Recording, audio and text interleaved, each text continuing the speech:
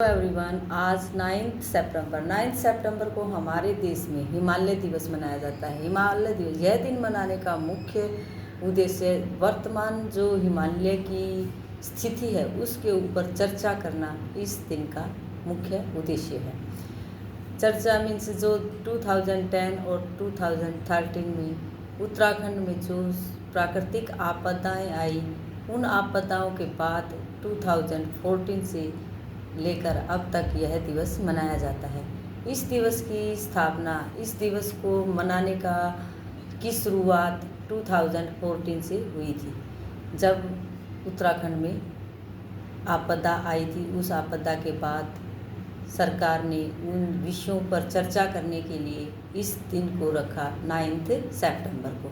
तब से लेकर हर साल 9 सितंबर को यह दिन मनाया जाता है। हिमालय पर्वत और अन्य पर्वतों की जो भी स्थिति है उस स्थिति पर चर्चा करने के लिए और उसके विषय में लोगों को जागरूक करने के लिए, ये हमारी जो कि प्राकृतिक संपत्ति है, ये पर्वत, इन्हें बचा कर रखना है। ये सभी प्राकृतिक पर्वत हमें अनेक विपदाओं से बचाते हैं, जैसे बाढ़ जैसी समस्या से बचाते हैं, भूस्खलन, ऐसी कई स्थितियां होती हैं जिससे पर्वत हमारी सहायता करते हैं। इसलिए हमें इन्हें ख़त्म नहीं होने देना है, समाप्त नहीं होने देना है, इनको बचा कर रखना है। इनकी रक्षा के लिए जो भी उपाय बताए जाते हैं उन सभी उपायों को करना ज़रूरी है। आज हम बच्चों को हिमालय दिवस के अवसर पर छोटा सा हिमालय का चित्र बनाकर दिखा सकते हैं।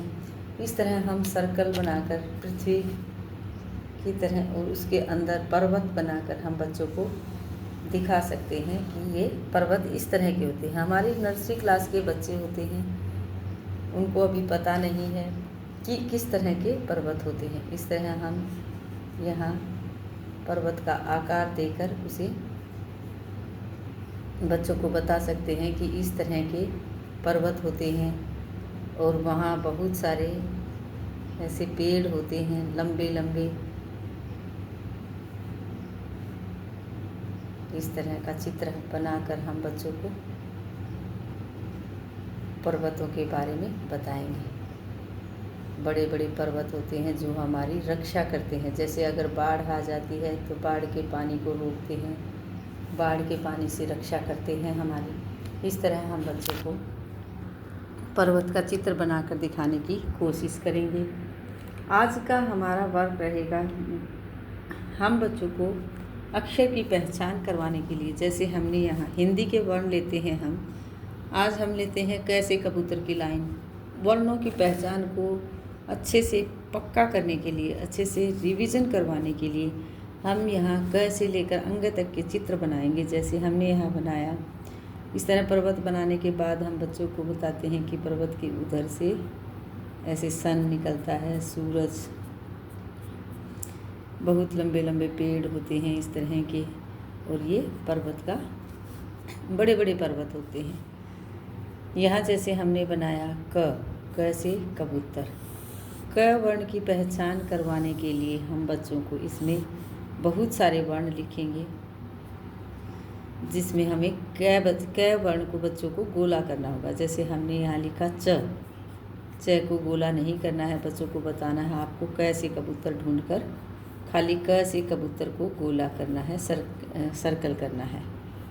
बहुत सारे वर्ण लिखेंगे हम, हो सके तो हम कलरफुल अलग अलग कलर से लिखें, अच्छा लगता है बच्चों को। कैसे कबूतर, जहाँ कबूतर होगा उस कबूतर को बच्चों को सर्कल करना है, बाकी किसी भी वर्ण को सर्कल नहीं करना है। इस तरह की बातें हम बच्चों को बताएंगे। कोशिश करेंगे कि सभी वर्ण को बच्चे पढ़कर बता सकें कि ये तैसे तरबूज है, कैसे कबूतर। इस तरह अब हमें, जैसे कि हमने बनाया यहाँ ग से गमला, तो हम यहाँ गमला बनाएंगे और बच्चे को बोलेंगे कि ग से गमले को सर्कल करना है, ग से गमला वर्ण को सर्कल करना है। इस तरह से हम यहाँ ग से गमला बनाएंगे, बच्चों को बताएंगे कि गमले में फूल होता है और ग वर्ण को गोला करना है उन्हें। हम इस तरह से हम बहुत सारे वर्ण लिखेंगे। टमाटर, गमला, पतंग, गैसे गमला, जैसे चम्मच, गैसे गमला, गैसे गमला, तैसे तरबूज। ज़्यादा वर्ण हम गमले लिखेंगे ताकि बच्चे ज़्यादा ढूंढकर ज़्यादा सर्कल करने की कोशिश करें। जैसे इस गमले में हम बच्चों से पूछेंगे कि कैसे गमले को आपको सर्कल करना है। यहाँ अब बच्चे कैसे गमला ढूंढकर उसे सर्कल करेंगे। इस कबूतर में कैसे कबूतर को बच्चे सर्कल करेंगे। इसी तरह हम कैसे लेकर अंग तक की आज पहचान करवा रहे हैं, तो हम बच्चों को कैसे अंग तक के चित्र बनाएंगे। डेट एंड डे डालेंगे सबसे पहले। जहाँ हमने बनाई जैसे घर से घड़ी, घड़ी और छतरी की पहचान के लिए हम बच्चों को बताते हैं कि घड़ी की लाइन सीधी होती है इस तरह से, इसलिए घड़ी की लाइन, ये जो लाइन होती है सीधी होती है। इस तरह से हम घड़ी बनाकर बच्चों को घ वर्ण को गोला करने के लिए बोलेंगे। यहाँ इसके अंदर हम च, ट, घ, प, इसके आसपास भी हम लिख सकते हैं घ, त, घ वर्ण को, क्योंकि इसमें जगह थोड़ी है तो घ वर्ण को बच्चों को सर्कल करना है।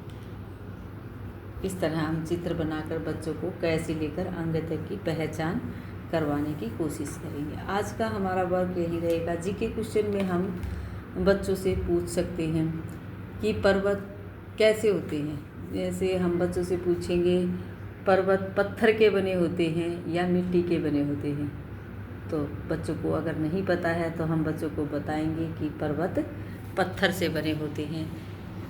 पर्वत में बड़े बड़े मोटे मोटे पत्थर जो निकलते हैं, जो घर बनाने के काम भी आते हैं, इसलिए बताएंगे बच्चों को कि पत्थर से बने होते हैं पहाड़, पर्वत। Thank you, have a nice day.